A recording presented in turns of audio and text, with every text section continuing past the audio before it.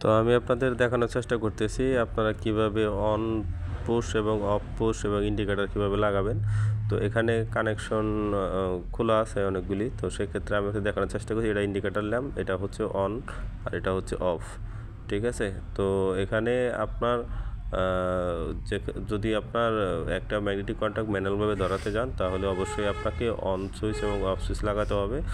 আর যদি আপনি মিক্রো রিলেগুলি লাগান তো সেক্ষেত্রে আপনি ওখান থেকে সরাসরি আপনি অন অফ করতে পারবেন, ঠিক আছে। জাস্ট হলো আমি আপনাদের বোঝানোর জন্য দেখাচ্ছি।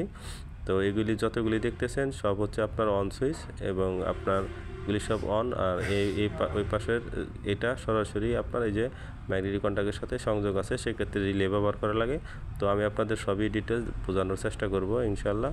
সবাই আমার ভিডিওর সাথে থাকুন এবং যদি কোনো কিছু জানার ইচ্ছা থাকে অবশ্যই কমেন্ট করবেন এবং আমার ফোন নম্বরে যোগাযোগ করবেন, কারণ আমার ইউটিউব চ্যানেলে আমার ফোন নাম্বার সব দেওয়া আছে, ঠিক আছে। তো এটা জাস্ট হলো আপনাদের বোঝানোর জন্য আমি এই ভিডিওটা করলাম।